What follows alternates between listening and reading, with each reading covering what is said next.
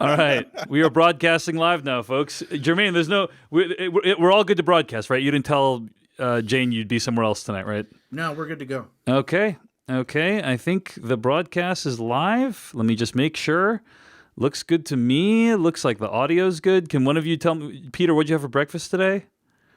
I did not eat breakfast today, Dave. Unhealthy, Peter. Yeah, very unhealthy. I'm disappointed in you. You got to fuel yourself.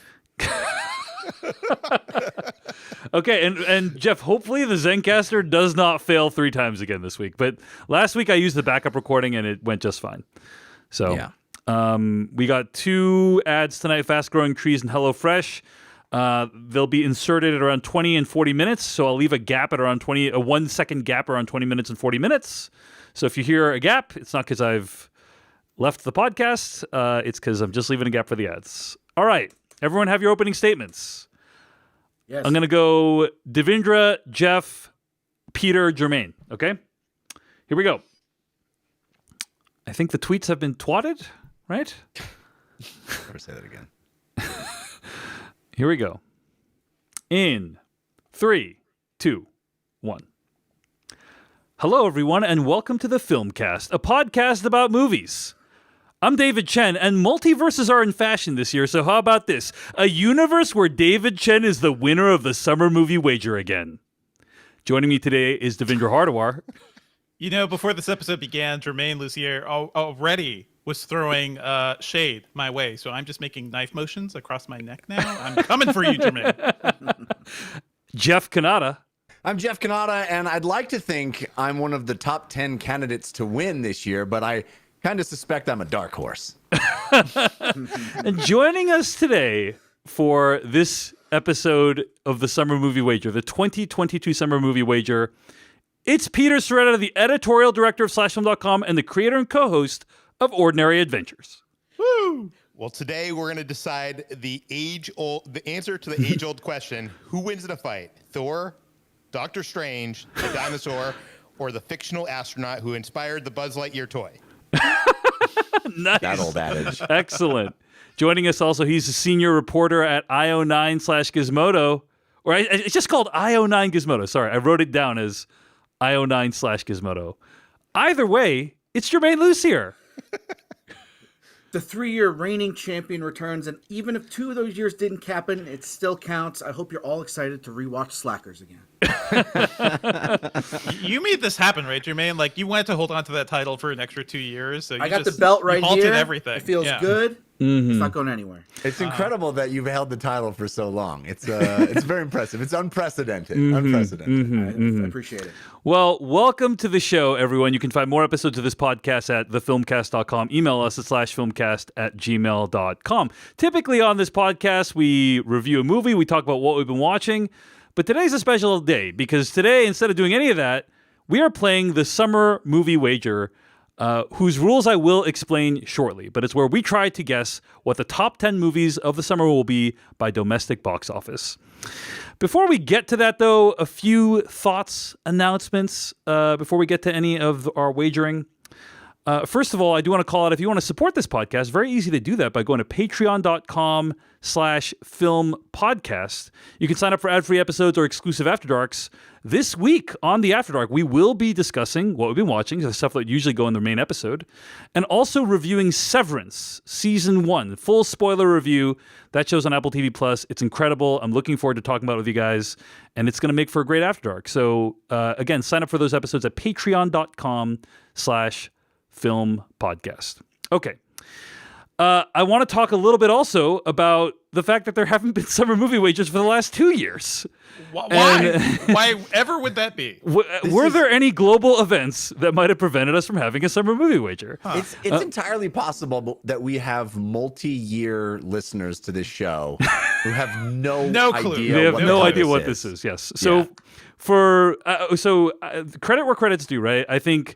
Was this phenomenon started on SlashFilm.com or Totally Rad Show like over a decade ago, right? Totally Rad Show. Totally Rad Show. Yeah. So on the Totally Rad Show, which is for those who don't know what that is, a video podcast that Jeff used to host. Wow, we're just aging everybody. That's for the old ones. Yeah. For you Gen Zers out We there. could have Yeah. people listening to this who weren't born when that show was on. No, Indeed. definitely.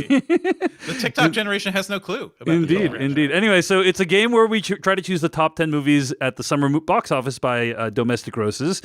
And the last couple of years, I'll just say it hasn't felt great to have a summer movie wager, which is kind of a celebration of movies. And I'm going to put this out there, doesn't exactly feel super great this year as well. But I agree. Why ever? Yeah. but here's the thing, because I don't feel like the pandemic is quote unquote over yet. And so I want to start by saying, like, one of the things that we have been very kind of, I'll just say think a lot about is we'd never want like our actions on the podcast to like encourage people to take risks they would not otherwise want to take. So just as we're discussing movie box office, just know the game is completely pointless. The points are made up, and you should take care of yourself and only see movies at the theater if you feel safe doing so. But it does feel good to win. It does. But it does feel Where good. did the $10,000? Where did that go? Somebody asked me for something. Indeed. So anyway, yeah. But I just wanted to call out. Yeah, we haven't had it the last couple of years for a variety of reasons. I think in 2020 there basically was no summer movie season, and in 2021 it still didn't feel great to be like, hey, here are the movies opening. Let's talk about it. This year it feels like people are going to be going back to movies no matter what. So Dave, I tried last year. I tried to talk you into it last year because I was like, it's so ridiculous. None of these movies, like, it would be so impossible to guess. Like, it was the most unpredictable year. But your point that like we shouldn't be encouraging people, box office of any kind, very, very valid. Last year at least, yeah. Yeah. Well, I will say it's not like I will say I don't know that this year is that predictable either. Listen, So- I don't know if you guys have heard, but a judge in Florida said we don't have to wear masks anymore on any planes or public transportation. Delta says it's now a seasonal virus, so Yeah, we're fine. It's basically over, pretty much. We're being sarcastic, by the way. Wait, before you go on, since like I did the work, Dave. I did the work. Can I just read to you my last year's summer movie wager? Wow, you made the list anyway. No. I was looking for the actual list. I can't find it really. 2020. Here's a few movies that would have been on my 2020 summer movie wager, and this is not a joke. This is like real. Morbius, Top Gun Maverick. Was Morbius your number one, or are you just saying movies? No, I'm just saying movies that would have been out in summer of 2020, and Bob's Burgers. Wow. The movie. Wow. In 2021, movies that could have been on my 2021 list: Doctor Strange and the Multiverse of Madness, John Wick Chapter 4, The Batman, Indiana Jones 5, Mission Impossible 7, Jurassic World Dominion, and Fast and the Furious 10 Part 1. We have lost so much. Is kind of my big takeaway. As from a that. society. Yeah, as a society. But yeah, I appreciate you sharing that. Appreciate the blast from the past. I will say, in making this year's top 10 movies, this is a rough list, guys. There were basically 10 movies. There's Yeah, like 10 basically. movies. Yeah. We're all No, probably this is going to have gonna the be same 10 movies. And It's like, going to be so interesting. I think Yeah. I think there's 14 numbers movies. I 5 think there's through 14. 10 are going to decide the winner. yes, yeah. agree Yes, completely, yeah. Jeff. And yeah, so what we're indicating is that like usually, right, what would happen in a typical summer is every week 2 to 3 major blockbusters opening for every single week from like May through July. Basically, that's a usual summer movie A wager. usual summer circa 2019. Yes, pre-COVID, right? That's what it would be like. This year, you are lucky to get one blockbuster 1 week, basically, Yeah. right? Every release date feels like the meme, the guy sweating and pressing the red button. Every studio's just like, this weekend, maybe we're good, and everybody took turns. So, yeah. So this is like, I was making this list. I'm like, do we even have 10 movies to put on the list this year? We do. There are in fact more than 10 movies coming out this summer. So like, but I agree, Jeff. Really good call. Like, I think we'll probably all have similar 1 through 5s, and then 6 through 10s will be like wildly divergent, is my guess, right? So, maybe. but I think yeah. so. So let's get to the rules for those who are uninitiated.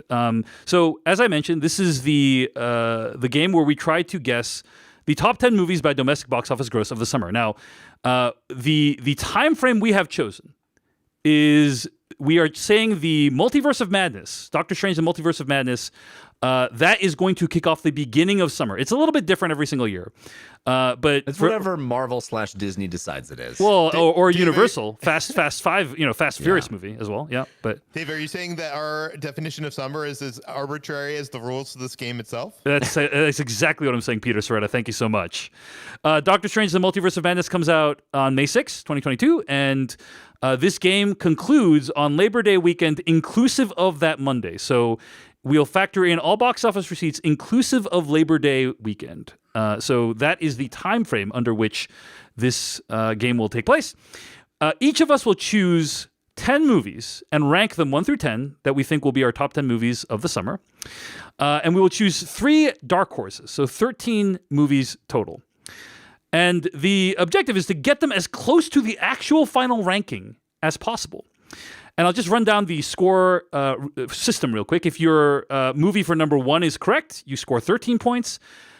If your movie for number 10 is correct, you score 13 points. Everything else, if you hit it bang on, you get 10 points. So again, number 1, 13 points if you get it right. Number 10, 13 points. 2, 3, 4, 5, 6, 7, 8, 9, you get 10 points for it. If your picked movie is 1 spot away from its actual placement, you score 7 points. If your picked movie is 2 spots away from its actual placement, you score 5 points for it. If your picked movie is anywhere inside the top 10, you score 3 points for it. And if your picked movie is not placed inside the top 10, you score 0 points for it. Big shocker there. For each of the chosen dark horses, and if one of your dark horses make it inside the top 10, you score 1 point.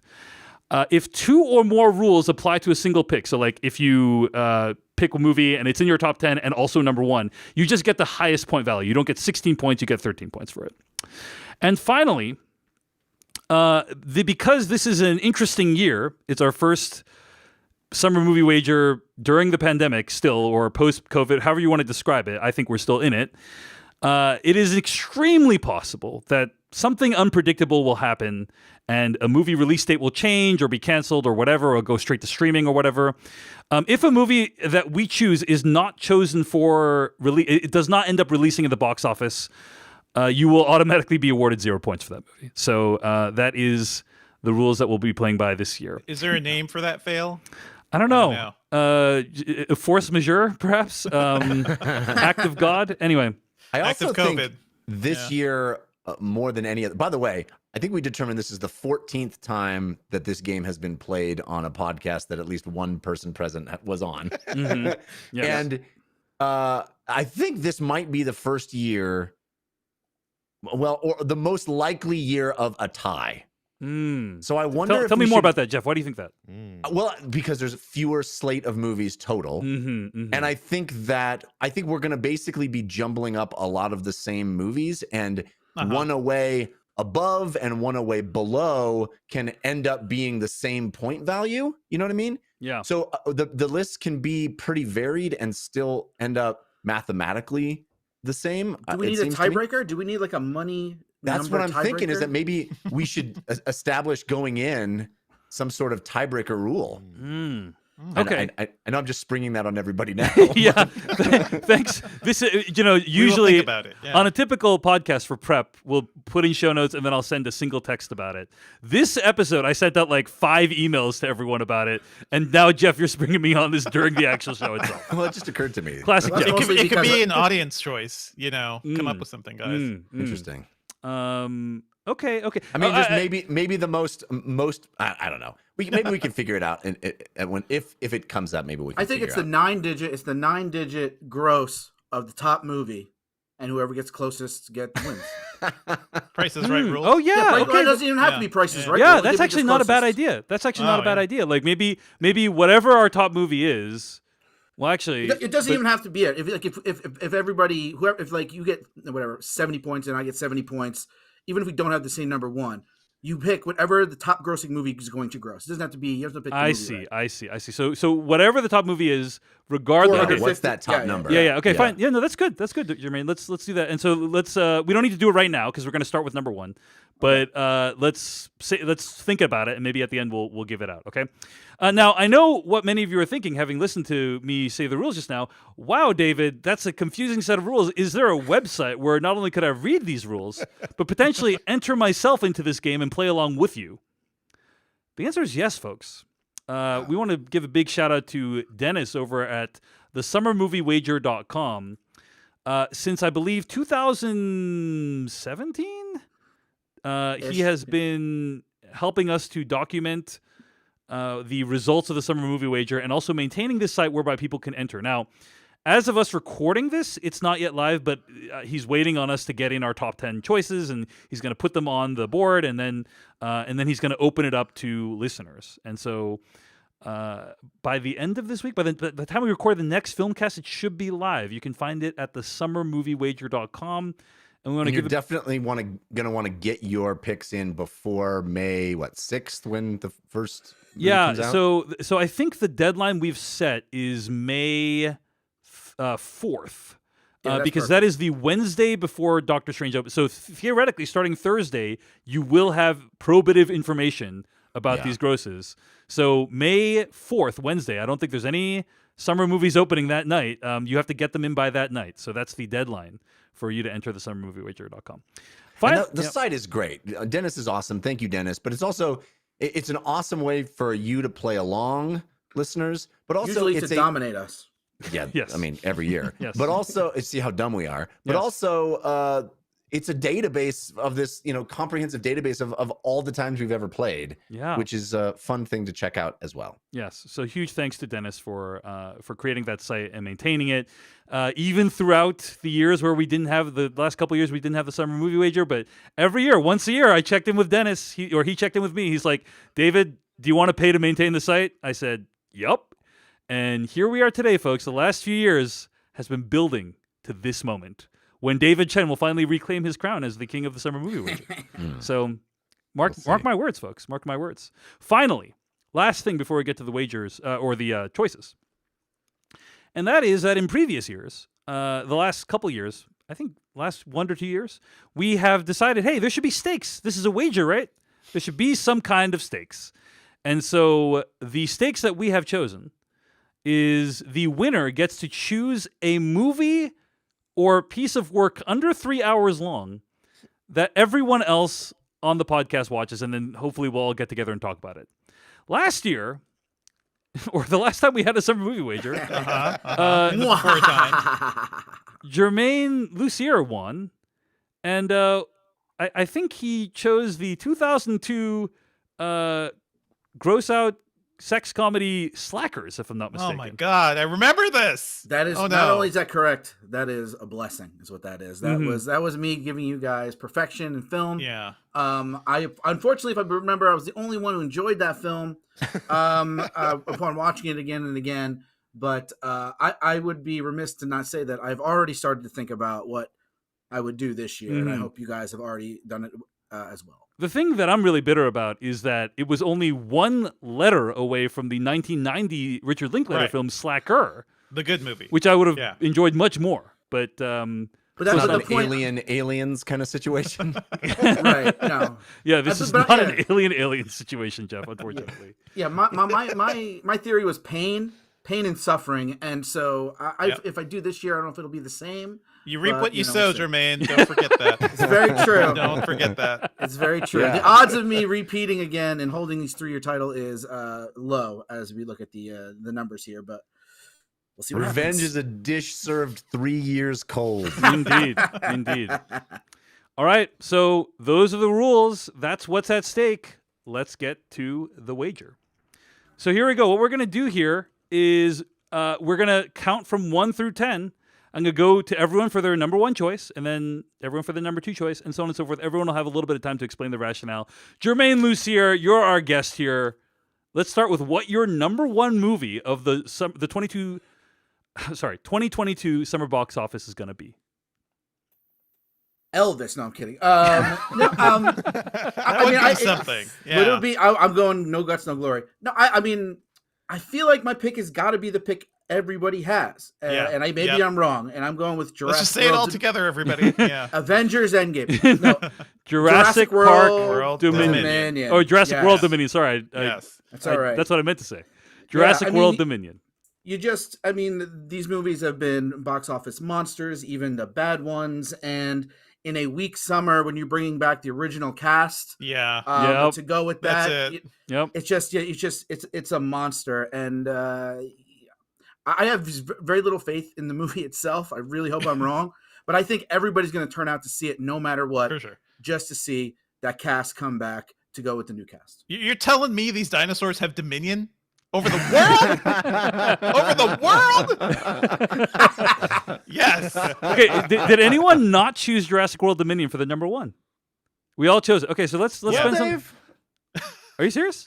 Oh, I guess man. you could say Here we go. my number one is best summed up in the form of a limerick. Okay, let's hear Oh, it, Jeff no. Canada. Poor decision.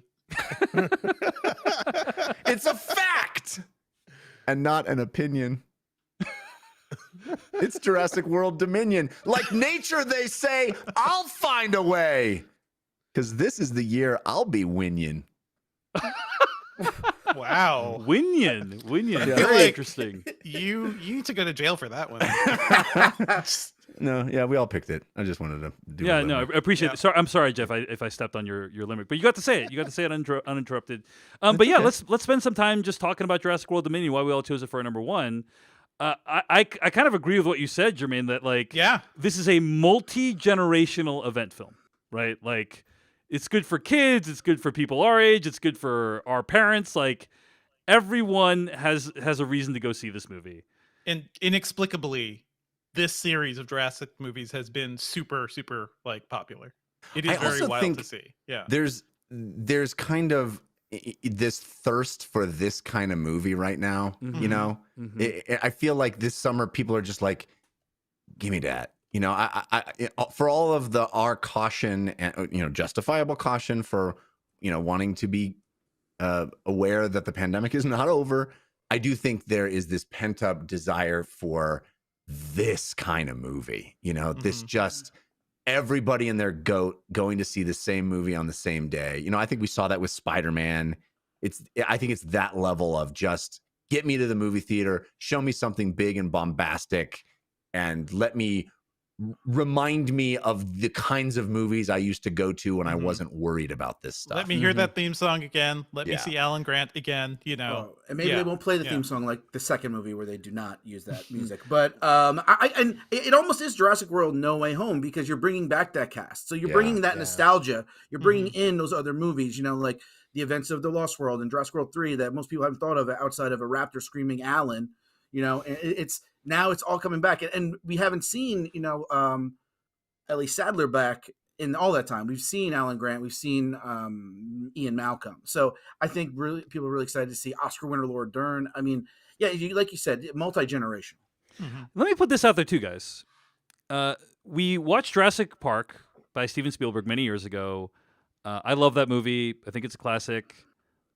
Then we saw them basically remake that film 4 more times, in my opinion, where you have people doing stupid shit and fucking with dinosaurs, right? And in a way that makes absolutely no sense, because if you'd seen the events of Jurassic Park, you'd be like, why would you ever do that? Yeah. Finally, Although I will say Lost World and the last one, what was that called? Fallen Kingdom? Fallen Kingdom. Yeah, Fallen Kingdom. They have moments. They that mixed I it. They really mixed it up a enjoy. little Yeah. bit in those movies. There's a handful of interesting new ideas in those movies, right? Like in particular in Lost World with the T-Rex rampaging around. I think it's Los Angeles in that film, right? Yep. So it's not like they're completely devoid of any benefits. But the thing that I am interested in this movie of is that it actually threatens to mix up the formula. Instead of humans doing stupid things, it is dinosaurs have been loosed upon the planet, and what would Also happen doing there? things. Maybe Yeah. it's okay, yes, they did stupid things to make this happen, but who knows what maybe Yeah. they're going to do smart things now. Maybe this time the dinosaurs will set up a park, Dave, and they'll round up humans, and nothing can go wrong with their plan. Oh, I love this idea. Yeah. Who's who's the real prey in this example? Yeah. It's funny. This is kind of the payoff. Not only in the marketing, they're saying it's like the end of the Jurassic saga. the fact that the dinosaurs are now finally out in the world is the payoff of all this, because that was always the worst thing that could happen. That should have been the second movie. Instead, Right. we have Well, it was four more for 20 movies. minutes. It you know? was for 20 minutes. Yeah, we He's had right, four yeah. more movies of this stupidity, and now we finally get what we've always wanted. What happens when dinosaurs roam the earth? Okay, which is the thing that was promised at the end of Jurassic Park 1, I might add. I just want them to zoom in on a tiny dinosaur with glasses, and he says, "Welcome to Sapien Park." But how do you end this movie? Like you can't close this this mystery So many box. ways. So many ways, Peter. You could have an epilogue. Just flash forward 10 years. COVID killed all the dinosaurs. Flash forward 20 years. A Climate dinosaur change. sneeze at the end, and then it's all over. Exactly. My assumption, Peter, I'm going to call it right now. I'm going to call yeah. the ending of Jurassic World Dominion right now is that I think it ends with humans and dinosaurs living in some kind together. of equilibrium, right? Yeah. Like they learn, hey, maybe they're more like us than we think, you know? And then Maybe we could each learn some lessons. exactly. from It's a each fucking other. Flintstones prequel. Yes, indeed. No, the real epilogue is flash forward 20, 30 years, and climate change introduces a new ice age, and only the dinosaurs survive. No, I think that we have to team up with the dinosaurs to fight climate change. Yes. They're like, we've seen this before. I think they end up betting on movies, and then the loser has to watch Book of Henry. Is what happens. Wow. We're the only creatures that have seen an apocalypse once before. You need our knowledge. Well, you know this idea of yours, Jeff, that it leads into the Flintstones, the prequel for the Flintstones. Is that what you said? Yeah. Yeah, there is this fan theory that the Flintstones take place in a post-apocalyptic world. Yeah. For example, think- why are there TVs in the Flintstones? Why did they exactly. celebrate Christmas in the Flintstones? It doesn't make Right. any sense. Well, this is why you cast Chris Pratt at the beginning, because he becomes Fred Flintstone or maybe Barney Rubble. I don't know. All right. Well, I think this all of the stuff that we've been talking about leads me to the biggest question I have for you guys is we all put it at number one, which I think maybe that's happened before where we all had the exact same number one. I think so. Yeah. Yeah. I think there was a year where we all made a choice, and somebody chose differently. As I recall. yeah. I think it remember was the year the Avengers Endgame year, right? Like, Yeah. did Well, yeah, somebody the Avengers Endgame year. But didn't we all pick the number one movie one year, and it was Wonder Woman, and none of us had that, and we all had the same. Anyway, doesn't matter. The question that it Yes, brings me in to 2019, is- everyone chose Avengers Endgame as their number one. So, yeah. yeah, Okay. And 18, we all picked Infinity War, and then nobody got Wonder Woman. Yeah. But my question is, here we all have it number one. Do you all think you are going to like this movie? No. Yes. I am the most open to liking this movie than I have been in years, Jeff. You know, like For any movie? I mean, I really did not like those Jurassic World movies at all. Yeah. But this one, yeah, you got the old cast back. You got a premise that I can actually feel is not stupid. You know, like I'm interested. So I don't know. My Like, heart is open, Jeff.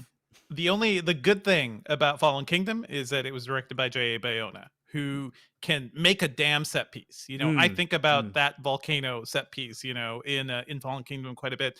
There's the When they're saying raptor thing. goodbye to the volcano in Fallen Kingdom, Yeah. you know, Yeah, that was and the amazing. raptor bit at the end, which just turns into a full-on horror movie. Like, he is a good visual stylist. He's a good storyteller, Yeah. and nothing we've seen from Colin Trevorrow aside from his first movie, was like a well-told story, I think. Jeff, you Jurassic World Dominion. What do you think? I do not have a lot of confidence I'm going to end up liking it, but I'm hopeful that I do. I want to love it. I do. All right. I want to see one PR person just get mangled by a dinosaur, like absolutely destroyed for no reason. Yeah. Oh, for no Absolutely reason. For no reason. Once again. Has anybody here seen the I forget what they call it. It's not in the movie, but it's a scene that happens before the movie. Yeah, they released a prologue on YouTube. Prologue. That I thought it was supposed to be in the movie, but now I guess it's not, which is always really good and confidence inducing when they release 6 minutes of a movie and they're like, oh, wait, it has nothing to do with the movie. But that prologue is incredible. Oh, no. Maybe. I thought it was good. Anyways, the other thing I wanted to say is Jeff was talking about a year where everybody picked one movie for number one and someone else picked something different. And that was 2016. Everybody picked Captain America 3, except for me, who picked Finding Dory. And Finding Dory ended up beating everything. And You I won? ended up... Yeah. Wow. Yeah, that was amazing. Clutch choice. Too bad All right. you didn't have the cojones to do it this year, Peter. I don't know. I like how you're mocking him, even though he was right that time. All right, let's get to number 2. Jermaine Lucier, what's your number 2 choice? This is where, I mean, honestly, I think we're gonna have the similar top 5, but I'm gonna go with number 2 as Doctor Strange in the Multiverse of Madness. Obviously, we're hot, like you said at the beginning, top of the podcast. Multiverses are hot. This is the big movie coming off of Spider-Man. Morbius doesn't really count, and it's got that early May slot, and so it's got the legs. And with the lack of competition this year, as we again already talked about, it's got at least a month almost to itself. So I think, I mean, I struggled with putting it number 2. I just think, like we said, the epicness of Jurassic World is going to make it, but that's why I picked Doctor Strange in the Multiverse of Madness. It's a solid number 2. Devindra, I'm curious, what was your number 2? Exactly that. And I'm not even a box office follower. You know, I'm not talking about box office numbers on Twitter every week, like some people. I barely pay attention to this stuff. Looking at the placement of Doctor Strange 2, I was really vacillating between Thor and Doctor Strange, but Doctor Strange has a couple of months on it, right? Yeah, it's true. Or at least a month on it. Yep. So there's that. I do think the characters of Thor, like based on what we've seen from the trailer today, like people will be much more into that. But yeah, Doctor Strange seems safe. All right, Peter Soretta, you're number 2? You know, I kind of joked about it in the intro, but this is really the biggest question of this year's box office for me, and that's, you know, who wins in a fight between Thor and Doctor Strange. Right. Because the last Thor movie did $315 million. That's right. The last Doctor Strange movie did 232, so that's a lot less. Yep. But Doctor Strange appeared in 2 huge Avengers movies, Spider-Man No Way Home, 3 of the 6 biggest movies of all time since then. So yeah, I you know, this isn't the crossover that those movies are, but it has Scarlet Witch from WandaVision, and sorry Jeff for spoilers there, but and it's actually accurate, probably, and maybe some weird multiverse appearances. People may appear from other things. You know what? Wait, so Peter, what was your choice? What was your choice? Yeah, my choice was Doctor Strange. Okay, Doctor Strange Multiverse is number 2. Okay, Devindra, what were you gonna say? I was gonna say the tens of millions, the hundreds of millions of Sam Raimi fans out there are just gonna show up for this movie too. I'm joking, because Sam Raimi, like as a name, is only known to people like us who like grew up with Evil Dead. But I'm showing up for Sam Raimi. That's what I'm doing. Kanata Jeff, your number 2 choice. The first 5 is going to be pretty boring for listeners. Yeah, I'm also picking Doctor Strange in the Multiverse of Madness for number 2. For all the reasons you guys have already enumerated, it is the early pick, and this is a recurring theme for me in my thinking about my list. Is really how much pent up desire there is for folks to have a summer blockbuster season, and this is the first one out of the gates. We already saw this incredible outpouring of showing up for Spider-Man. And this feels like the sequel to that movie. So, yeah, I think they're marketing this one like very similar to Spider-Man and Endgame, where the trailers don't show that much. They're even like press screenings. This is a little inside baseball and stuff, but they're not screening for press until the week of. Yeah. And so, and they've really only done that for like Star Wars movies and the big Avengers movies. So that leads me to believe there's a lot of like big buzzy spoilers and cameos. I don't know for sure. I'm just hypothesizing, but that's just going to build buzz, and more people will come in to want to see it. All right, folks. My number 2 choice, it's Thor: Love and Thunder, guys. Oh, wow! Making a big This is it. This is it. Here we go. This is where I live or die. Is on number 2, right? Yeah. As Peter pointed out, Thor: Love and Thunder, Thor Ragnarok, $315 million domestic when it came out. I know Spider-Man just came out, and that was a big hit, but I'm just, first of all, I enjoyed Doctor Strange, the movie. Friend and colleague of mine, C. Robert Cargill, was responsible for writing that movie, and big fan of his work. I just have this gut feeling in my gut, deep in my gut, that people are gonna want to turn out more for Thor as a character than Doctor Strange as a character. I totally agree with you, but that time difference, man. Like it's true. It has a couple months. It has a couple months on it, but I would feel differently if Thor: Love and Thunder was coming out like mid-August or something like that. But it's not. It's coming out in like mid-July or early July. Like the 4th of July movie. Yeah, 4th of July movie. That's going to be a huge that is critical time slot. And I think It's a trailer too. And it has 2 months. It has 2 months to play. It has all of July and all of August. Exactly. I mean, Doctor Strange has the extra 2 months, but it will fade by mid-June, and who knows when it's going to end up on Disney Plus. It'll probably be on Disney Plus by the end of the summer. Hypothetically, exactly. So it's a strong pick, Dave, because you're the only one doing that. I think you can pick up a few precious points, and I think the points are going to be. And I think it's going to be a closer year than most. Although our 6 through 10s might be the 6 through 10 is going to be a freaking mess in my opinion. But but it's and I will admit this, that for a long period of time as I was making this list, my number 2 was Strange in the Multiverse of Madness. So actually, to just save some time on the podcast, can I assume that your number 3s are Thor: Love and Thunder? Is that true of everyone? Yes. Yes. No. No. I said no. Okay. Then let's go through it then. Okay, so anyway, my number 2 is Doctor Strange in the Multiverse of Madness, and then I'm sorry, Thor: Love and Thunder. And Peter, did you have one other thing to say before we move into number 3? Yeah, I just wanted to say, to your point, Dave, one thing that could swing this is that Doctor Strange. I know, some of the people on this podcast haven't watched the trailers, but Doctor Strange looks dark. In kind of like a horror movie, yes, like kind of like more adult. And Thor looks like it's fun. Gonna be it a blast. Like a Guardian. Yeah, it looks like people are gonna love it. They're gonna ride it all the way to number 2 at the box office this summer. So I agree. Okay, let's get to number 3. Jermaine Lucier, your number 3 movie. I feel the need for speed. Top Really? Gun. No way. No fucking way. No way. You guys don't know, man. Yeah, you know what? The champ is speaking. Let me give me my mic. Wow. I mean, look, it's like you think it's gonna make more money than Thor? This is yes. This is madness. I think it's good. I think it is going to be multiverse of madness. A beast. I mean, we talked about multi-generational things. Top Gun goes back way even further than Jurassic Park. And it's a movie that Paramount is so confident in. They've just been holding it. And a lot of that is Tom Cruise and his powers of Scientology. But I just have this feeling that the movie is going to be that nostalgic, amazing, uplifting, rah-rah Americana, even if you don't care about Americana movie. And I think it's just going to be a monster. And I mean, that's a bold move. Yeah, so it is. I didn't think it was that bold of a move, but I'm actually kind of glad because if we're going to go down, we'll go down in flames like Goose. Top Gun is one of those it's a bold movies, move like what Goose did in the first Top Gun. Basically. That worked out really well for him. Top Gun is one of those movies where I'm like, I know a lot of people like Top Gun in the 80s. Is there like resounding cultural imprint? Like, is there a demand for more Top Gun? Yes, there is. I don't know.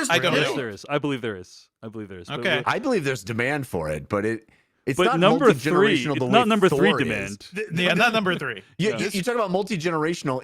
It's old people like us and no kids. No kids. It is the people that remember. But whereas Thor, like my son who's 5 has Thor on his T-shirt. That's a family movie.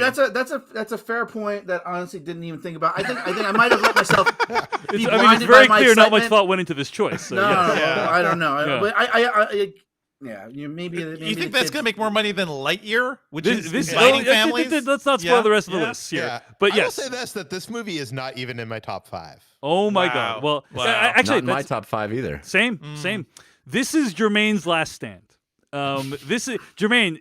Months from now, when we're talking about how you lost, this is the moment. This is how it happened. It might very well be. But if It's I'm going almost down, like I said, it's like he's a Maverick. Okay. there it is. All right. There Well, it that's is. Jermaine's number 3 choice. It's Top Gun Maverick.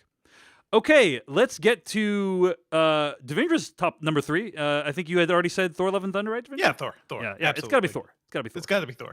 Yeah. You would have to be completely mentally maladjusted to Mad. not choose those 3 movies as your top 3, right? Like, Yeah. I think an argument could be made to jockey them in some weird positioning. for I sure. think you could even I was expecting one of us to have one of the Marvel movies above number Jurassic 1 World. could be. Yeah. Could very well be. Those 3 movies feel like any one of them could be in any one of the top 3 spots, but I just don't see any movie any other movie. The only breaking movie top that three. can't be in the top 3 is got to be Top Gun Maverick. Basically, right? Out of all the movies in the top 10, not even number 9, that's the one that can't be in number 3. Okay, anyway, go ahead. Go ahead, Peter. Yeah, well, Thor Ragnarok, I said earlier, did 315 million. The Guardians movies, they're in this movie. They did like mid 300s. I think this has the potential to do like 400, maybe even more than 400. I think it'll surprise us. Like I think we will need this energy. You know, the question about Top Gun, and it's really weird because like that movie came out in 1986. Like what kind of resonance? What kind of cultural impact does that movie still have? Is the question. One thing that surprised me. If I was going to ask you guys, anybody that doesn't know this answer, please answer. How much did the original Top Gun make in 1986 domestically? I know 150 million. 180 million. That's a lot back then. That's amazing, right? For 1986 money. And you guys, but I think you're crapping on me, and I appreciate it. I can take it, no problem. But you think about I think will kids show up opening weekend? No. Was it going to make $200 million over the weekend? No. But like the Mission Impossible movies do huge. They do 200 million. They have they have never cracked like 250 million. It wouldn't be up there. Yeah. Wait, this is domestic? Yes. I see. I thought I'm kidding. I know. You know the rules, Jermaine. You know the rules. I know. They talk about the innovator's dilemma, but I think we're approaching the summer movie wager winner dilemma. Just like Jermaine is psyching himself out. Yes, over here. for sure. I might be. Peter Soretta, you're number 3. Thor. Thor: Love and Thunder. Top Gun Maverick. Thor: Love and Thunder. Okay. Any more thoughts, or should we get to Jeff's number 3, which I think is also Thor: Love and Thunder, right, Jeff? It is. Yes. All right. Yeah. It is. I honestly, Dave, I almost went your direction and put it at number 2. Yep. But very reasonable. Very reasonable. Yeah. Mm-hmm. But also, right. The thing I did. We'll see. I think it's going to be close. I think all 3 of these movies, Jurassic World, Thor, and Doctor Strange. Top Gun. Sorry. I think all 3 of these movies could break $400 million. Yeah. It's possible. That's fine, but when Top Gun does 5, you guys are going to be kicking yourself. Can you imagine? Okay, guys. Now, the list already got interesting with Jermaine's number 3, but we're now moving to number 4. Jermaine, what's your number 4 pick for the summer of 2022? Lightyear. Maybe that trailer just didn't sell me as well today. That's why I'm a little bit down on Thor. Thor is my number 5. I'll skip ahead because we've already talked about Thor. Jermaine making a very big case for not watching trailers. Except it was a great trailer, so I don't even know. I love the trailer, but self-immolation on a scale I've never seen before on the summer movie wager, right? Happening right now. Yeah. No. Quite possibly I made an error, but I'm sticking to my Top Alex Guns. Albrecht put MacGruber as his number 3. A legendary moment. I remember that. Okay. Here's the case for Jermaine, though. Here's the case for Jermaine is that it's easy to forget Toy Story 4 did make a shit ton of money, $434 million domestic, right? So if it's even able to pull in 3/4 of that, yes, it could. But just the idea. I don't think any of you guys are down. I think you all think Lightyear is coming in around at this point. Yeah.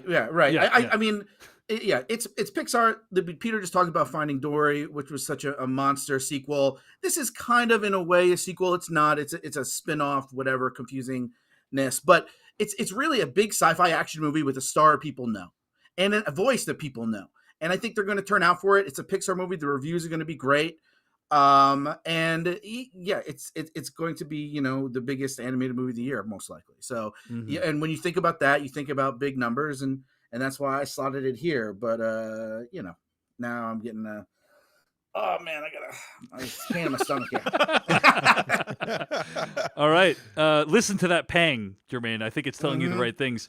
Devindra Hardawar, your number 4 pick for the top 10 movies of summer 2022. It's Lightyear. I feel like the top 5 is pretty much all the big blockbusters and the comic movies, and you got to have a Pixar up there, and this is the Pixar of the summer, and it makes sense. I think kids are really into this. I think parents will be really confused about what this movie is actually about.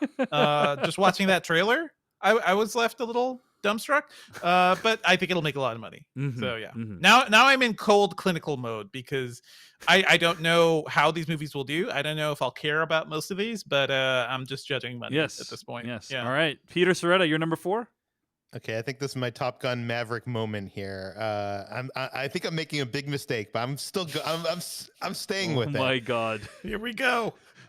I think Minions: The Rise of Gru. Okay. Yeah, not a bad choice. Sure, Not a bad sure. choice. Very Because reasonable. well, first of all, I think kids movies in theaters are doing really well Yes, right now. Like yes. parents want to get them out of the house. Like Sing 2, Sing Sonic. 2 like, did super well. Sing 2 Top did Gun super Maverick. Yeah, of course. and like I don't know, those Minion movies are just big. I really think like the first Minions movie did. Sorry. Go ahead, Peter. The first Minions movie did like almost 350, and the Despicable Me 3 did 264. I think people are less interested in like that, and I feel like this is going to split the difference. I think it's going to be around 300 million, and I think that could be more than Lightyear.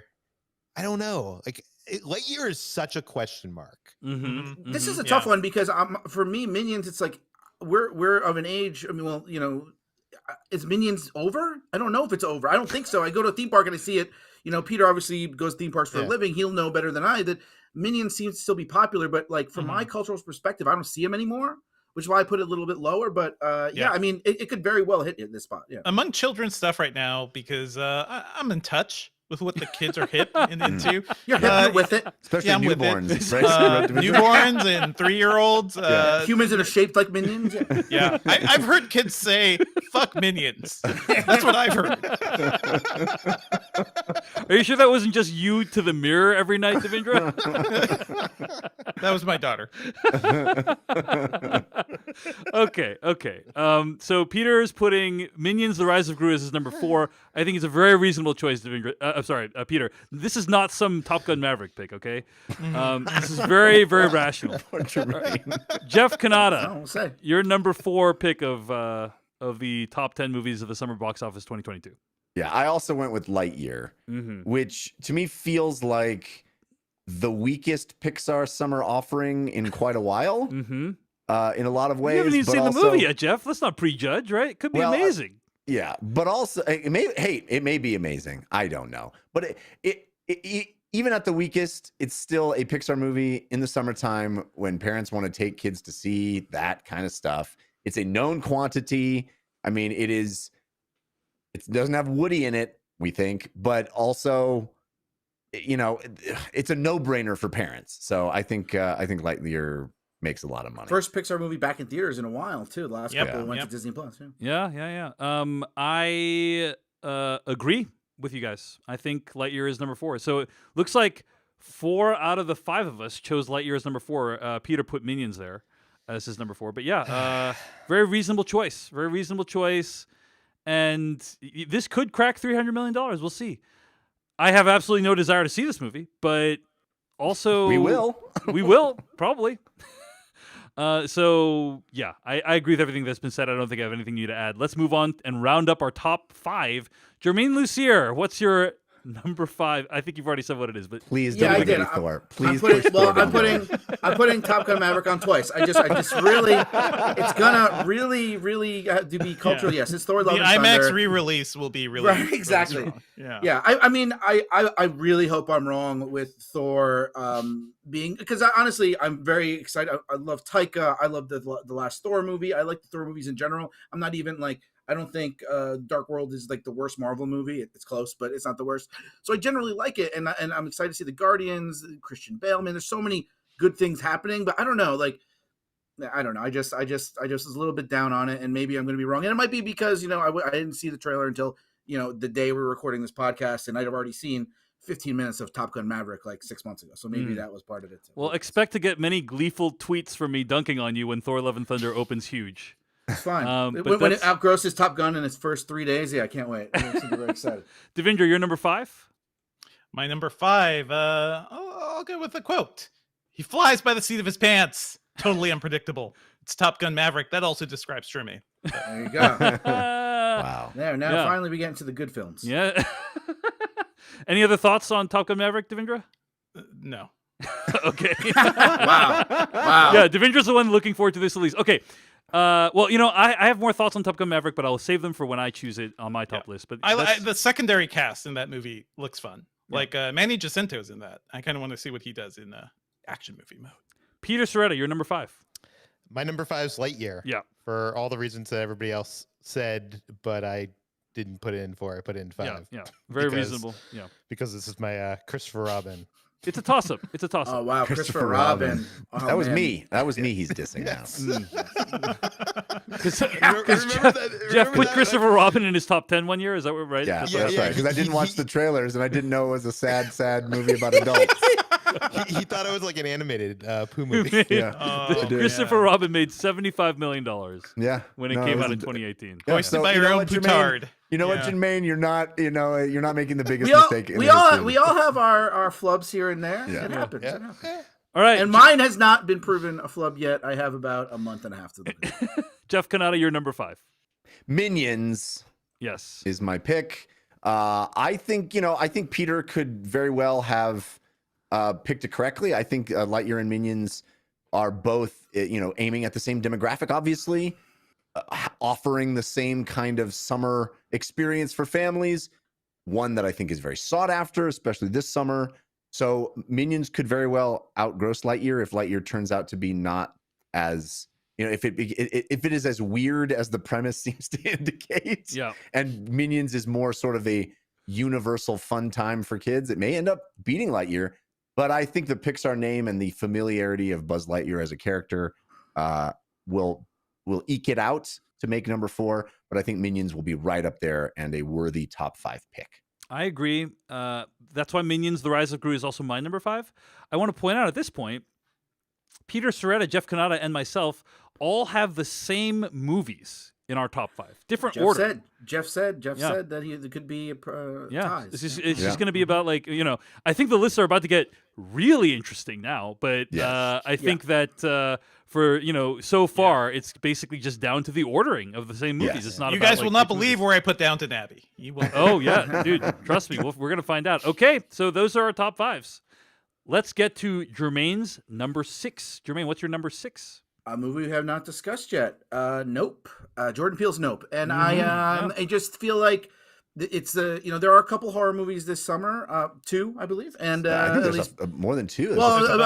major studio releases. Yeah, major studio. Yeah. Well, I guess there's also Firestarter, which if you put it on the list, you're an idiot. It's coming on Peacock. But like the other ones are not. And I think this is the one that is going to be the buzziest. We know little about it. Mm-hmm. Jordan did this in IMAX. It looks like it's a big sci-fi kind of head trip, and it seems like one of those movies that is going to have a lot of legs that people kind of like talk about it and dissect it. And his movies have been hits, not huge hits, but I think he finally has his summer blockbuster here with Nope, or at least I hope so.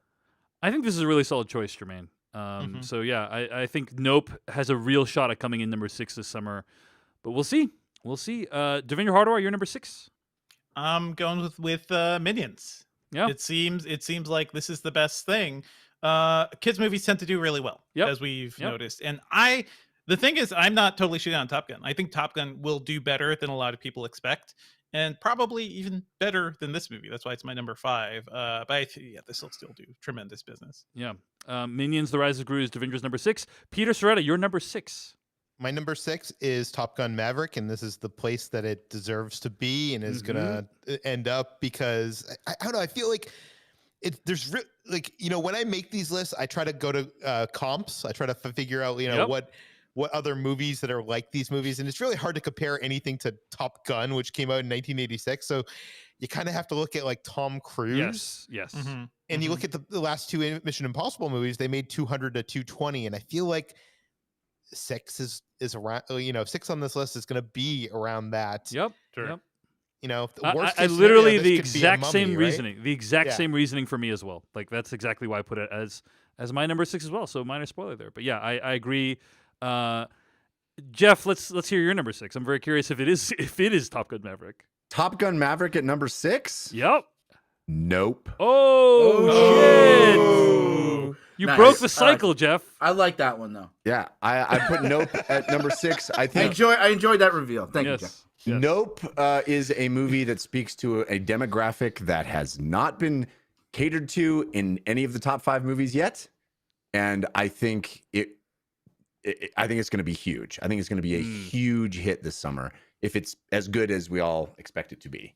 So Yeah. I think number 6 is where Nope will be, and that's where I put it. It has real potential, so we will see. And Jordan Peele, yeah, he knows how to deliver movies that make well over $150 million domestic. So this could be his biggest hit yet. We'll see. My number 6, as I mentioned, Top Gun Maverick. I think I agree with Peter Serrata completely. Yeah, 200, 220. That's what I expect this to come in at. Maybe a little bit less, maybe like 175. Because I think there's going to be a lot of people who want to see a movie like this. Let's call this movie what has been described to me before as a steak eater movie. You know, this is a movie for people who like to eat steaks. You know, and I think is that a category? Yeah. I like steaks. It's when Am I in that category? You know how they talk about like 4 quadrant movies? This is one of the quadrants. Steak eaters. This is a one quadrant movie. This is one quadrant. Yeah, it's a one quadrant. The quadrants are vegetables, steak, breads, vegan, breads. Yeah, wheat. So anyway, Top Gun Maverick. Okay, so here's the thing about Top Gun Maverick. First of all, I believe, but I'm not 100% sure that Chris McQuarrie helped with this movie. That's correct. Yeah, right. So he helped we wrote most of it. Yeah, he did help with the story, and he knows how to do a good put together a good action film. They pioneered some crazy technology for this movie, as they did with Mission Impossible, like to put like high res 4K cameras into jet planes. You know, the action looks amazing. I will say that I feel like I don't know that people are going to want to see a Top Gun movie given the current geopolitical environment that we're in. Perhaps it is a little bit too I don't know if it'll be escapist enough given the terrible events happening in the rest of the world. But I do think it's safe to bet that this is going to come in along the lines of other Mission Impossible films. So that's why Top Gun Maverick is my number 6. Jermaine Lucier. Yeah. Number 7. Yes. This is where I put Minions, and I sort of touched on it either was just that I don't see Minions being as culturally relevant as they were for the last couple of movies, and I might be very, very wrong as this podcast is sort of gearing that way. But it's obviously, like you guys said, family movies are a hit. It's a known quantity. This is the first one, where it's the Minions, but it's sort of a prequel, I think, right? Because they're bringing in the Steve Carell character, Gru. I even watched the trailers and just looking at the title. So yeah, I think it's here, and I think it's going to be a hit, but not as big a hit as the other movies. Yeah, I just want to point out, Minions, the 2015 movie, made 336 domestic. Despicable Pretty Me good. 1, 2, and 3 all made over $250 million. Mm-hmm. A number that I don't think either of the last Mission Impossible movies have crossed. Yeah. Yeah. So if that is your closest comp, you're doomed, Jermaine. Okay, anyway. But diminishing returns between Minions and Despicable Me 3. It's so, true. It's true. So if the trend continues, your hope is that this movie plunges faster in its cachet than Tom Cruise. Well, than Top Gun and Tom Cruise. Yes, indeed. Okay, that's Minions: The Rise of Gru. Jermaine's number 7. Devindra, you're number 7. Guys, do I feel good about Jermaine's chances this year? Nope. Yeah. This movie I think is going to do really well. It is a type of creepy movie. I don't want to say exactly because I'm sure Jeff. I also have not watched the trailer for this one it's yet. The type of movie that I am really into that we have not seen much of in, let's say, the last 20 or so years. So I'm really down with this. I'm down with Jordan Peele, down with this entire cast. This movie will rule. I'd be happy if it did even far better than this category. So yeah, down. All right, that's Nope. It's Devindra's number 7. Peter Serrata, you're number 7. And to Devindra, I'm going to say, yep. My number 7 is Nope. I think Jordan Peele is a horror name brand at this point. Mm-hmm. I do think Get Out was such a phenomenon, and that made 175, and that got people to go see Us, which also made 175 million at the box office.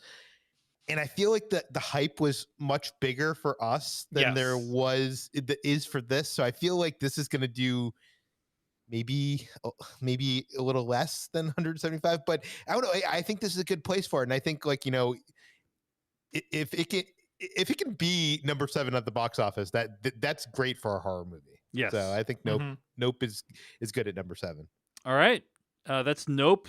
Peter Soretta's number 7 choice. Jeff Kanata, what's your number 7? This is where I make my move, guys. Here it is. Here we Here go. it is. Let's do it. My number 7 is Bullet Train. Okay. All right. Bold choice. Bold choice. Okay. You know, this is, to my knowledge, not based on any product that people know or anticipating, but it's got star power. Star power, baby. Sandra Bullock can do no wrong. Brad Pitt, of course. Everybody loves Brad Pitt. I think this is going to be that sort of R-rated, fun, cool movie that is going to do really well at the box office. The problem is that Sandra Bullock isn't in this movie. So as far as I can tell, am I wrong there? Oh, no, she has a cameo in it. She has a cameo. Okay. Yeah. Okay. All right. She's Don't not tell number 2 Jeff. on. Don't tell Jeff. She's not number 2 on the list. I have no Wow, idea what this Jesus. is about. I literally looked at the cast and the title. So you'll look at the cast, but not look at the premise. Yeah. Got it. Okay. No, I'm not looking at I mean, Bullet Train, I feel like it's about going fast and doing cool action-y stuff. Also from the director of John Wick and Atomic And Blonde. So, Deadpool you know. 2, right? Yeah. Deadpool. Yeah. Yeah. I think I think this movie's gonna do well. I'm putting it at number 7. I hope All it right. does well. Here's why I think you're wrong, Jeff. Is because I think Lost City is a really good comp for this movie. They both have Brad Pitt and Sandra Bullock. They're both like not based on properties that people know. They're both kind of these action-y comedy things. And Lost City is widely considered to be a success, but it's gonna only reach $100 million. Maybe this movie does a little bit better, but like right around the bottom of the list, 8, 9, and 10 is where you're gonna get movies that are around $100 million. So I think this is just a little bit high. It's not unreasonable to put it on the list at all, but I think it's just a little too high, Jeff. That's my Maybe. guess. Yeah. Perhaps. So We'll see. all right. Do I think Jeff should have put Bullet Train at number 7? Nope. Yep. Oh. And that's why it's my number. Nope is my number 7. For reasons you guys have already said. Yeah. I mean, Jordan Peele, I think this movie is probably going to do around 175 to 200 million. That would put it right around here on this list, hopefully. So that's why Nope is my number 7. Okay. I think this is going to exponentially get more interesting now. Number 8, Jermaine Lucier. Yeah. I these final 3 places, I switched them around multiple times. I had It's a dark horses crapshoot, in my there. opinion. This is It's just really, like, really yeah. tough. Yeah. And then I went to the movies last night and I saw a trailer and I was like, you know what? I'm going with that at number 8, and it's Baz Luhrmann's Elvis. Baz Luhrmann, you know, he's a big spectacle guy. No, he hasn't made a movie in a long time.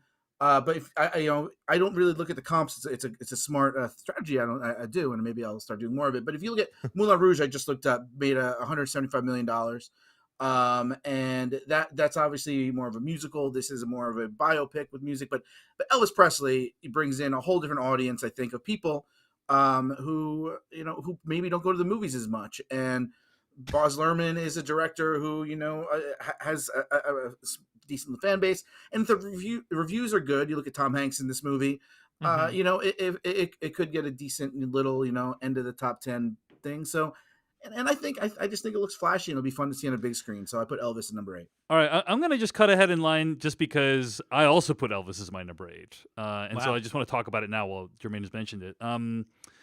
Yeah, this one.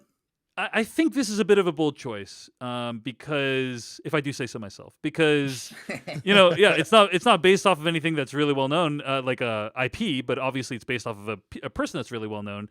I think the closest comp I would come up with for this is probably Baz Luhrmann's other recent hit, The Great Gatsby, which grossed $144 million domestic. Right.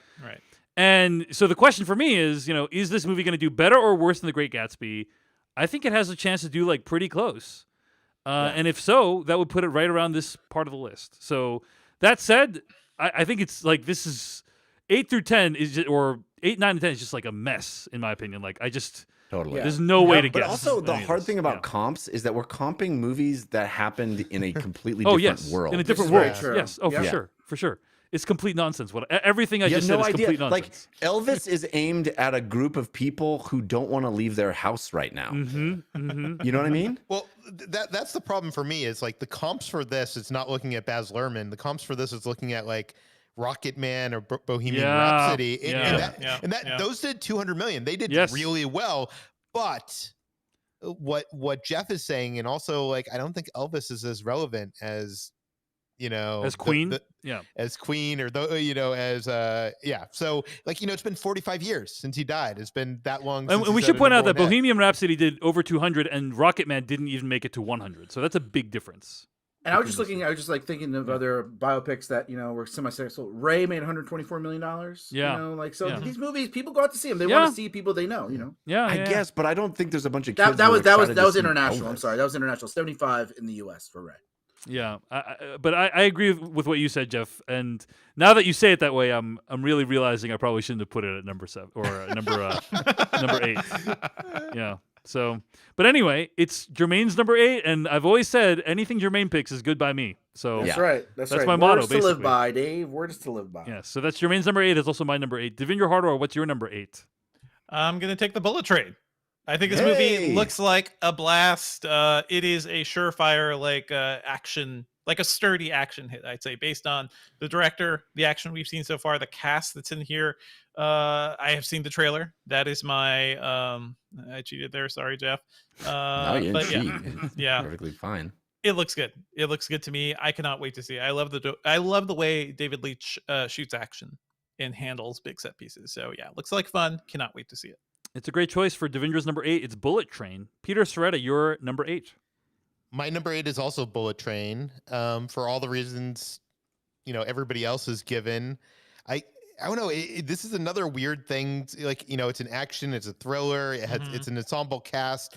Like, I don't know how you comp this movie. When I was talking to Ryan Scott, I did some. I went to him and I tried to get some ideas for this and run some things by him. He was like, the comp for this is Knives Out if it's good. Which Knives Out did 165. It's kind of like there's a mystery thing going on. There's some stuff going. It's movie stars as IP, and I think this could do that high, but I don't think it's going to. But yeah, so yeah, Bullet Train's my number 8. There also needs to be more action on bullet trains. How about that? Those things are cool. Let's have more fights on them, like James Mangold's The Wolverine. Yeah, Wolverine. Please. Yeah. Can I just say, movie stars as IP is a phrase that just makes me sad. Even the word IP, the phrase IP alone should make you sad, probably, Jeff. Well, IP is something. Yeah. By the way, I'm crediting that to Ryan. I didn't say that. That was his thing. Jeff Kanata, you're number 8.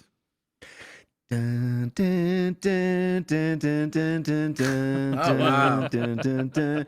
This is where it should be. Not gonna make more than number 8 money. This is where it is going to be. Okay. Wow, you're really excited for Bob's Burgers, Jeff. I know. Wow.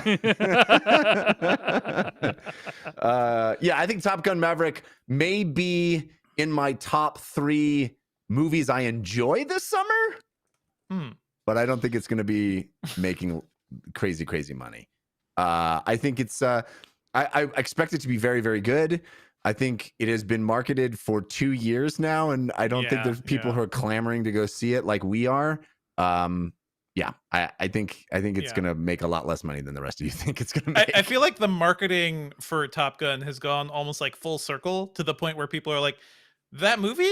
It's not out yet? Yeah. It's not like on demand yet. I've been seeing trailers for that forever, even before, like long before the pandemic. So excuse me, I don't think you guys heard my whole speech about steak movies. Dave, I think you got confused between quadrant movies and the food pyramid. All right, that's Jeff's number 8. It's Top Gun Maverick.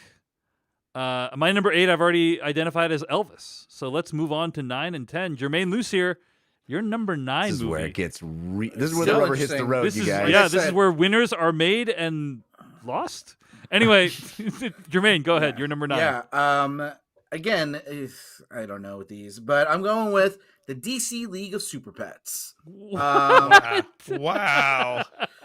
We're talking all about you can't. How can you say You're right, Minions you're right. is going to be huge? How can you say Lightyear's going to be huge? But then the movie with The Rock and Keanu Reeves, is Yeah. Batman and Superman, isn't going to be. This huge. is some galaxy brain thinking, but I did actually consider that movie too. I mean, mean, it could pull yeah. a Secret Life of Pets, which did could. really well. Like Secret Life of Pets did really well, but yeah. I mean, and I mean, it's the only. Is it the only DC movie? Yeah, it is. But like, so and The Rock has been promoting it already. He's the biggest star in the world. He's going to be out there pumping this thing up, and I think it's going to bring in, it's going to bring in the kids that we're talking about. It's going to bring in some DC fans, some comic book fans. It's not a movie I'm necessarily want to see, but it's a movie I might have to see, because people who read Slash Film and read IO9 and all this stuff will be curious about it. Are there going to be cameos? Are there going to be this and that? It's an animated DC movie, for better or worse, and I think it's going to do pretty well.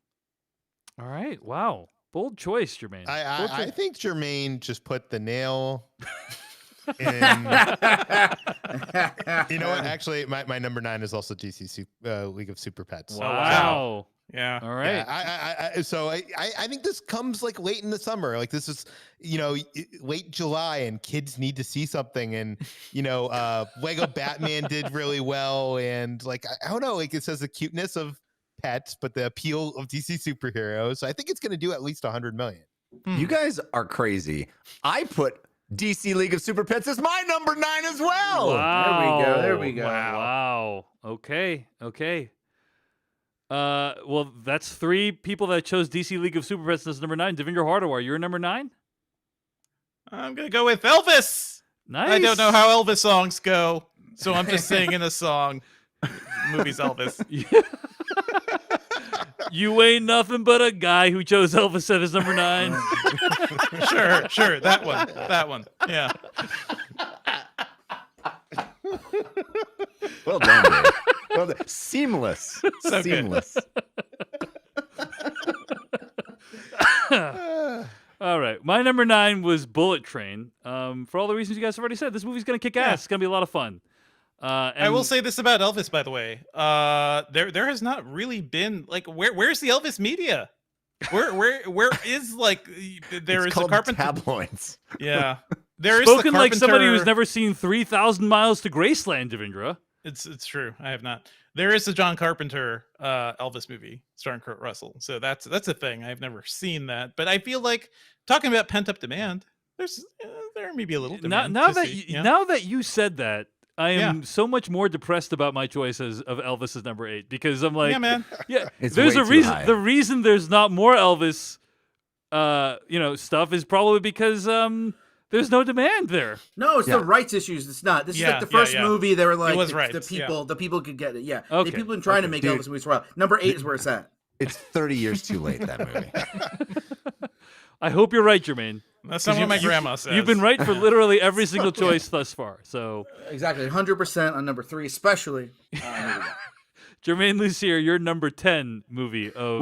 Wait. Oh. Have we done all our 9s? Yeah, we have. Yeah, Okay. we have. Yep. Yeah, and before I pick my number 10, I would like to point out for the listeners, this is as important as Yeah, the this first is one the big because one. you get the Yes. exact same. Yeah. You get the I same think number amount of 10 points. is going to make or break this. Like what? Mhm. Like It usually if does. we- It usually does. if The we last don't all year, have yeah. it.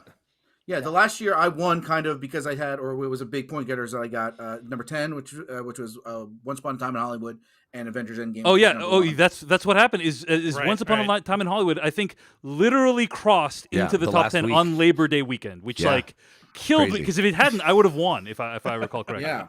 I don't know. So if that's true. so this is It's true, Jeff. if this is I what don't we were know. waiting for. This is a big one.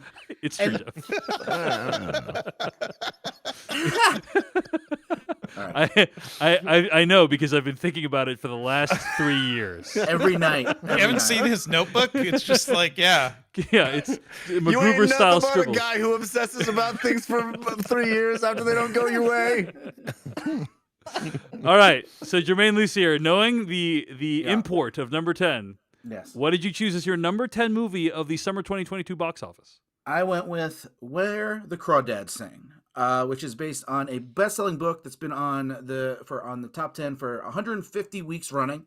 It's a book that it's like an Oprah, Reese Witherspoon, like book club type book, and there's nothing in this list really that that the women who take up more, there are more of them than us out there, we want to see. And this is kind of like this like down home South murder mystery. And it services, again, an audience that has not been mentioned on this list at all. And I think it's going to do fairly well. I had it higher earlier. I had it as high as number 8 at times. But right now, I'm putting Where the Crawdads Sing at number 10. I actually think this is a pretty solid choice, Jermaine. Could be interesting, yeah. Yeah. I don't... It's very possible just because, you just never know with these popular books, right? Yeah. I will say, like... The Goldfinch would be another example of like a book that did really well as a book, and bombed, yeah, and then didn't do super well at the box office. But Where the Crawdads they're releasing this over the summer. Like Yeah. if this was more of a prestige picture, they probably would have held it, or you could have put it in March and done okay. But it's coming out in like June. Like they have blockbuster aspirations here, and Sony, who's releasing it, isn't releasing a ton of movies. I think it's this and Bullet Train. And they have obviously done really well with movies with the pandemic, well, minus Morbius. And so I don't know. I it was feel like supposed it's to be gonna the summer of Morbius. And it is true. Yeah, it still is, guys. I mean, in reality, it is. This is the 666th episode, so we could call it the Morbius. So yeah, this is you're taking the curse for all of us, Jermaine. Thank you. Oh, yeah, sure. I do know that kids love singing Crawdads, so this could be huge. Mm-hmm, Yeah. Mm-hmm. All right. Well, that's Where the Crawdads Sing is Jermaine's number 10. Devendra Hardwar, you're number 10. You know who's missing on our top 10s this Who? year? The Rock. DC League of Super Pets, baby. All right. He's Crypto, the dog. That's Superman's dog, right? Yes. Yeah. Also, I think Kevin it's Hart's in this. I think Kevin it's also a Hart. sponsorship with Crypto.com, if I'm not mistaken. Oh my god. No, It's I'm just kidding. synergy. Yeah. Synergy. There's a lot of good casts here, and also this is a movie where you can see Keanu Reeves play Batman. So Can I just say, That's guys, why we had it higher. Yeah. I miss the days when voice actors in animated films would be complete unknowns. I've been saying this Yeah. for years, Yes, man. yes. You know I'm what just- ruined it? Aladdin. Mhm. It broke all animated movies. Jeffrey Katzenberg's fault. Yeah, Yeah. yeah. I blame DreamWorks personally.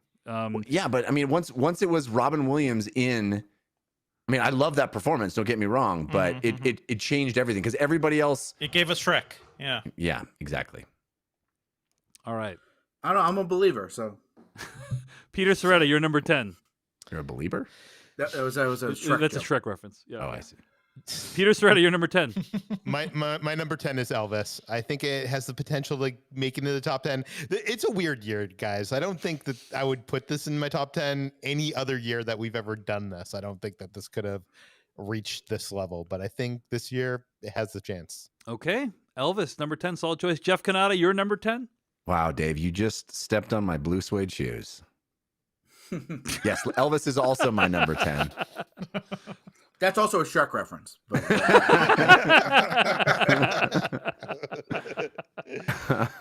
Any more thoughts on Elvis, Jeff? What's that? Any more thoughts before we move on? Or No, I mean I think we've said Yeah. it. I don't think it makes tons of money. But I also think the bottom of this list this year is not going to be crazy box office. I think there's going to be a lot. I think the delta between the top 5 and the bottom 5 is going to be pretty big, and I think you'll get movies at 75 to 80 million creeping into the top 10 potentially. folks? So that's Jeff's number 10. It's Elvis. This is where I bring out the big guns, guys. This the is Bing guns. All right. So this is By where Microsoft. This Yeah. is where I choose a movie that has That's not good, been mentioned in this episode. Well, it has been mentioned, but it's not been any of the lists thus far. Oh, the movie I'm waiting for. Oh, no. Personally, let's hear it. You say. Mhm. That movie is Downton Abbey: The New Era. No. Woo! Yep. No. Downton. I have No. chosen it as my number 10 of 2022, the summer. Last one did pretty well, right? So yeah. They made 2. The last Downton Abbey movie made $96 million domestic. And in a normal year, we'd say, yeah, that's right around where this might be. And also, this is going to be a pretty freaking unpredictable year, guys. Just put that out there. Yeah. Downton Abbey brings all the boys to the yard. All right, so it was obviously, I already told you what my 10 is. Downton is, I'm a huge fan of the franchise. Been watching it with my wife since it started airing. So this weekend we went to the movies. I saw the Elvis trailer, which made me put it there. Mm-hmm. The Downton Abbey trailer played, and there wasn't many people in the theater, and the other couple next to us clapped. Yes. And we looked at them and we were like, "Yep, you are our people." I think it's a good pick. I think it's, like you said, $100 million is probably pushing it, but that's probably all it has to make to be considered a hit. That's a big hit. It's got a huge fan base, and it's not Marvel, but it obviously, I'm going to For some people it is. Yeah, I mean, honestly, like Top Gun Maverick, this, and the Marvel movies are the ones I'm most excited to watch this summer. Downton's right up there because, yeah, it's a franchise that's beloved with fans, and I think they're going to turn out to see it. Well, I did put it as a dark horse. Mm-hmm. So if Downton Abbey hits number 10, it's game over for you guys, right? Like that's basically it. You're right. Yeah. I'm staking my whole reputation and livelihood on Downton Abbey being number 10 at the box office this summer. So Wait, do we all have different number 10s? No, you and I both have Elvis. yeah. Oh. Yeah. That's what I said. You stepped on my blue suede shoes. Yeah. Man. But so number 10 could determine everything. Yeah, I mean, it did the last time when Jermaine won by like literally like $100,000 because of Once Upon a Time in Hollywood. Not that I've been thinking about that for the last 3 years. Yeah. It's also very likely that none of us got number 10 correct. Oh, that is by far the most likely scenario. And Bob's Burgers could be a huge hit. Who knows? I mean, here's another thing that we haven't discussed is like we've been mostly, other than Jermaine picking Top Gun Maverick, we've been mostly using pretty reasonable comps from years past. But what has been unacknowledged is that comps are fairly useless. Like whatever the movie, the whole thing about it being a different world. Yes, we've been over this. Exactly. Yes. Yeah. Yes. So anyway, I'm looking back over the last. I'm just reiterating what's already been discussed, Jeff. Okay, Yeah. so sorry if I didn't make. I'm just looking at the box office from the Spanish flu, and I think those comps look pretty good. Yeah. All right, so I'm looking. I just went through the amazing website, thissummermoviewager.com. Thank you, Dennis. I went through the last 10 years. Last year, Peter and I both picked Once Upon a Time in Hollywood as a number 10. And in the 10 years before that, only one person has ever gotten number 10 right. And it was Peter again when he hit Teenage Mutant Ninja Turtles in like 2011 or some crap. So it's the hardest one to get. It's the hardest one to get. This is why it could be such a big deal. Yeah. Because it can swing you from 0 to 1 point to plus 13 points. And after that, you go back to the first year where Alex picked Live Free or Die Hard, and he hit it. But that was it. The summer of Spider-Man 3. That's how long that was. Wow. You know, four times ever, 3 movies. Yeah. You know what's interesting about the dark horses is there's literally only 5 or 6 movies. Yeah, that could be in our dark That's horses. true. It's very little this year. That's true. Yeah. All right. Well, let's talk about what those movies are. Jermaine, Lucier, let's just go through all the dark horses each. So we don't need to go one by one. So what are your 3 dark horses, Jermaine? Bullet Train, you guys mentioned it. I think it's going to be kind of, there's a lot of action coming out this summer. It's kind of, that's where the main stuff is. So I kind of think that might fall down a little bit because it's not. You think Brad Pitt can't get in the top 10, Jermaine? It's very possible. It was the movie. You think Where the Crawdads Sing is going to make more money than Bullet Train? I do. That is absolutely correct. The other one is Downton, for all the reasons we mentioned, and then we also mentioned jokingly a couple times the Bob's Burgers movie that was supposed to come out like 18 years ago. Mm-hmm. I've never seen the show. I don't know much about it, but I do know that every year I go to Comic-Con, the biggest line to get merch is the Bob's Burger booth. Mm-hmm. And so I think it's gonna make money. It's got Disney marketing behind it now, no longer Fox. So that's my other. And Disney would never mistreat a Fox release, would they? No, that's a very fair point. But I think this is where they have to start, gearing up for Avatar 2, baby. So let's do that. No. So and again, and I think I only considered one other movie. So which I won't mention, so somebody else will have it. But it's tough. So I mean, who knows? Those are my dark horses. Devendra Hardawar, so let me just reiterate: Bullet Train, Downton Abbey, The New Era, and the Bob's Burgers movie. Devendra Hardawar, your dark horses? I'm also going to go with the Bob's Burgers movie. I love the show, although it has gotten to be not as good. It's weird how this is the most popular film or show from this creator. I've loved all his stuff, but this is a show that has kept going and just I think has dropped in quality, but there's still a loyal fan base that'll go good. So it'll likely do pretty well. Also very excited for The Black Phone, which looks like a ton of fun, and Downton Abbey, of course. All right.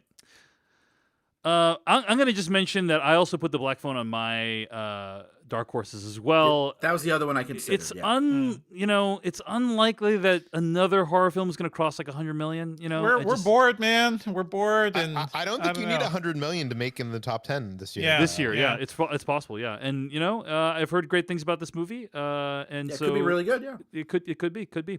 All right, Peter Serrata, your dark horses. I have the exact same list as Devendra. I have Bob's Burgers, Woo! I have Downton Abbey, and I have the Black Phone. And for all those same reasons. Okay.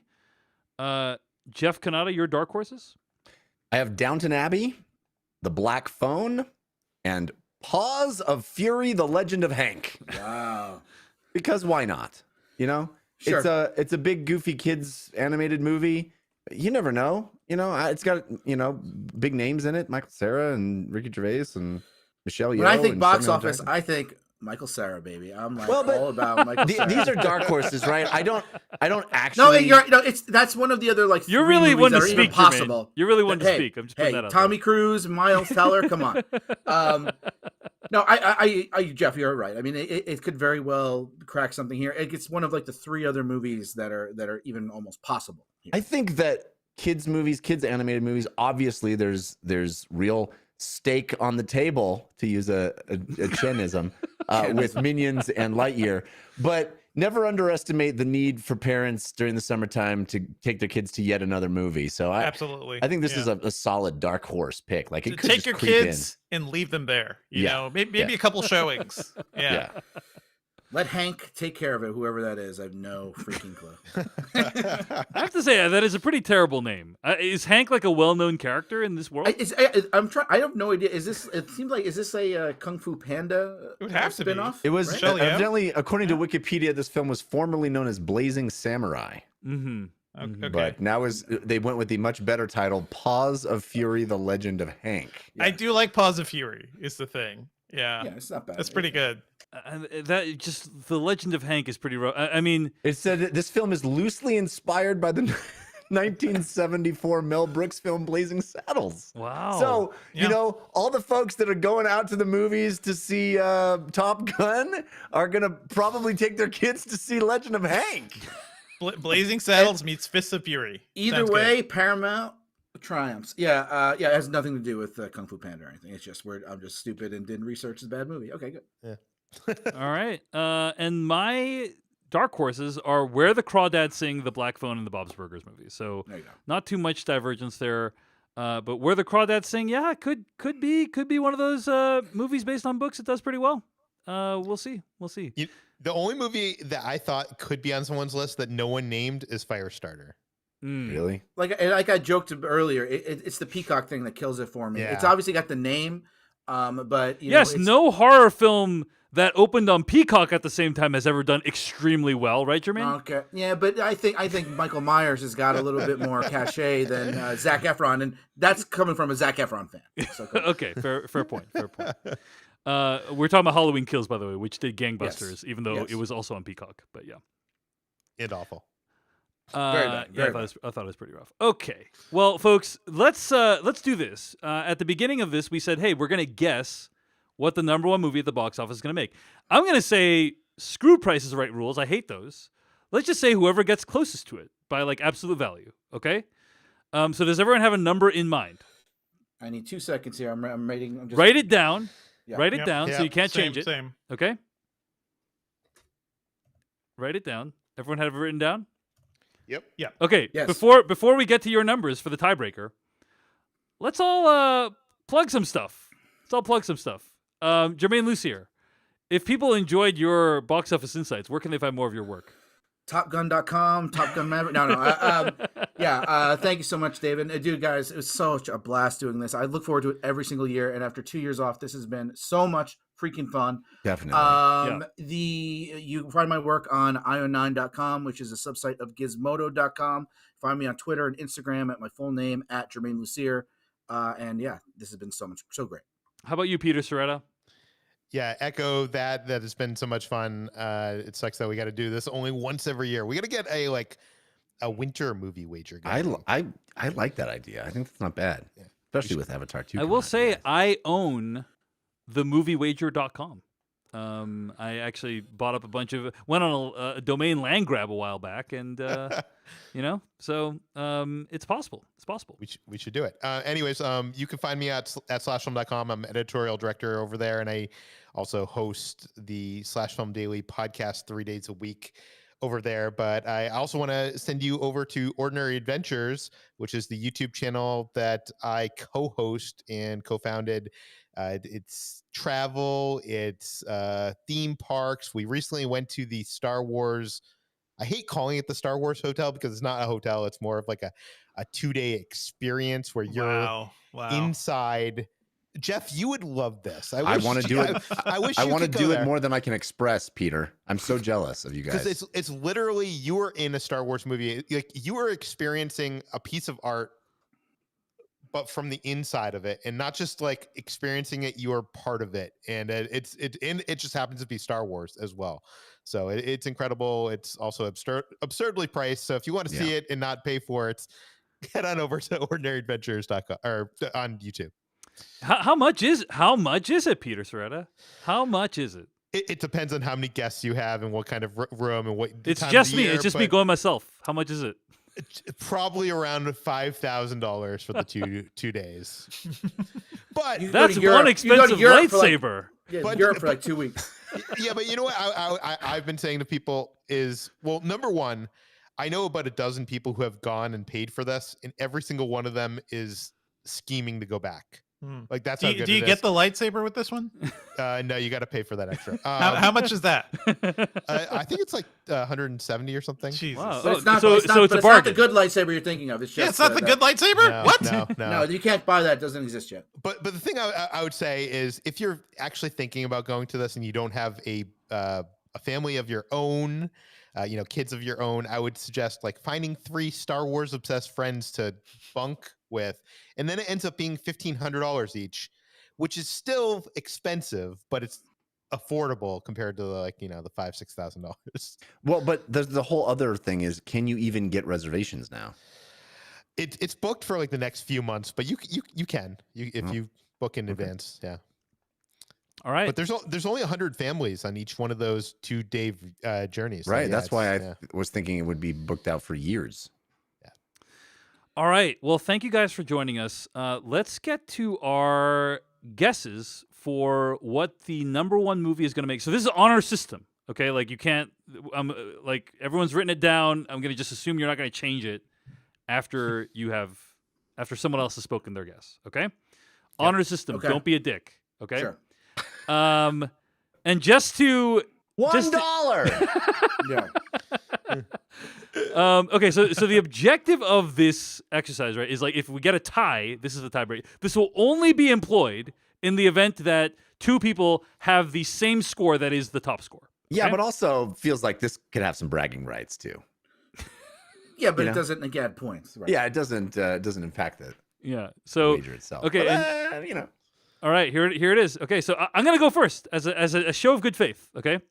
The number 1 movie of the summer box office 2022 is gonna make $501 million. Exactly that. $501 million. Yeah. Just 000 and then okay. Yeah. Okay. Let's go backwards. Jeff Kanata, what is the number 1 movie gonna make? $478 million. Okay. Peter Soretta? I had 540. Wow.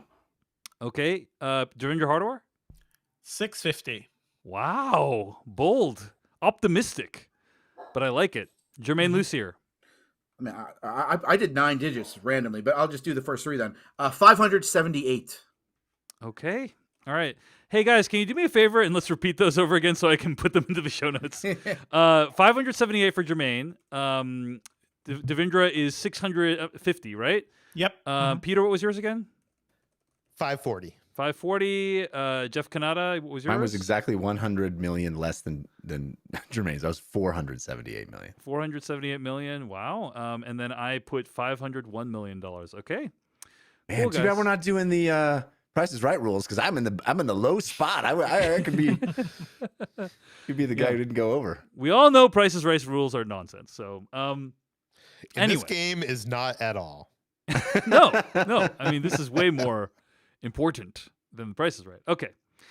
All right. So, final notes. TheSummerMovieWager.com. TheSummerMovieWager.com. That is where you will be able to play along.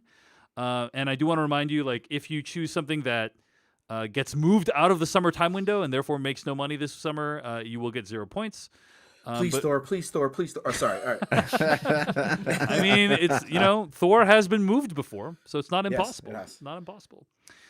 And a huge thanks again to Dennis for making that website possible and so exhaustive and so fun to use.